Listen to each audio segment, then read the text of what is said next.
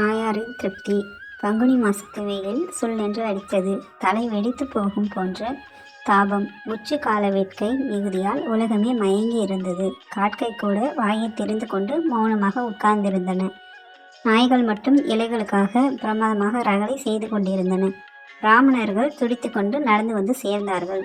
புரோகிதர் கண்ணை மூடிக்கொண்டு மந்திரங்களை அர்த்தமில்லாமல் ஓட்டினர். ராசி நவிதி, பவித்ரம் திருத்வா என்பவைகளும் மந்திரத்துடன் சேர்த்து ஒரு ராகத்தில் பாடிக்கொண்டே போனார்.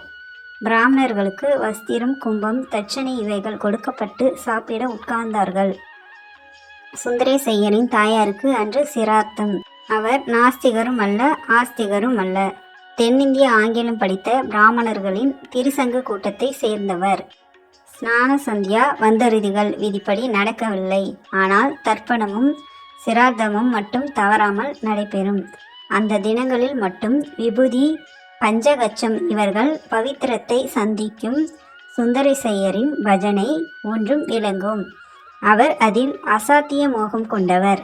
ராம சங்கீர்த்தனத்தில் உருகி கண்ணீர் விடுவார். அதற்காக ஊரில் அவரை கொஞ்சம் கேலி கூட செய்கிறதுண்டு. ஆனால் ஆடி மாதத்தில் வெகு சாதுவான பிரகிருதி. பிச்சைக்காரர் என்றாலும் ஏதாவது கொடுக்காமல் அனுப்ப மாட்டார். அதிலும் கூன் குருடு என்றார் அரைக்கால் என்று கொடுத்து விடுவார். இதற்காக அவரை பற்றி ஊரில் உலகம் தெரியாதவர் என்றும் கொஞ்சம் கிறுக்கு மனுஷன் என்றும் பேசிக்கொண்டுள்ளதுண்டு. பிராமணர்கள் சாப்பாடு முடிந்து பிண்ட பிரதானமும் ஆகிவிட்டது. பிராமணர்கள் திருப்தி சொல்ல வேண்டிய கட்டம். சுந்தரேசையர் 3 வயது குழந்தை வாசலில் விளையாடி கொண்டிருந்தவன் உள்ளே ஓடி வந்து, அப்பா, வாசல்லே பாட்டி வந்திருக்கா, சாதம் வேணுமாம் என்றான். பாட்டி வந்திருக்காளா? அது ஆறா என்று கேட்டுக்கொண்டே சுந்தரேசையர் வாசலில் போய் பார்த்தார். வாசற்படியில் கையில் தடியும் தகர கோலையும் உள்ள ஒரு குறக்கிழவி சாய்ந்து கொண்டிருந்தாள். அந்த தவிப்பை பார்த்த சுந்தரேசையர் மனதில் திடீரென்று ஏதோ ஒரு எண்ணம் ஏற்பட்டது. ஜாதியாச்சாரம் என்று சொல்லப்படும் மூடபக்தியை மனிதனின் ஸ்வபாவ குணமான இரக்கம் ஒரே அடியில் வென்றுவிட்டது. ஒரு நிமிஷத்தில் என்ன செய்ய வேண்டும் என்பதை தீர்மானித்து அதற்கு மத நம்பிக்கைக்கு ஏற்ற சமாதானத்தையும் கொண்டார்.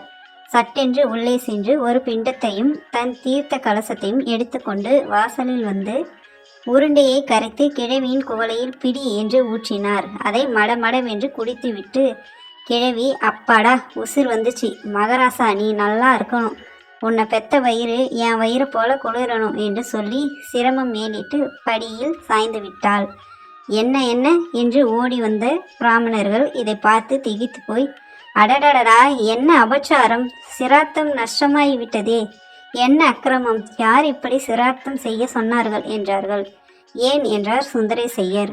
வாயசத்துக்கு கூட இன்னும் பிண்டம் வைக்கவில்லை. பித்ருக்கள் காக்கையாக வந்து காத்திருப்பார்களே. மனித ரூபத்துடன் வந்து என் தாயார் இதோ திருப்தியடைந்து விட்டாளே. காக்கையை காட்டிலும் மனித ஜென்மம் மேலல்லவா? உங்களுக்கு பைத்தியம் பிடித்து விட்டது. இனிமேல் இங்கே ஜலபானம் செய்யக்கூடாது. ஓய் சாஸ்திரிகளை, தாம்பூலத்தை இங்கேயே எரிந்துவிடும் என்று சொல்லி பிராமணர்கள் வஸ்திரம், கும்பம், தட்சணைகளை கைப்படாமல் எடுத்துக்கொண்டு கீழே கால் வைத்து கூட நடக்காமல் சென்றார்கள். ஐயோ, இதென்ன இப்படி செய்து விட்டீர்களே என்று கவலையோடு மனைவி வெளியே வந்தாள்.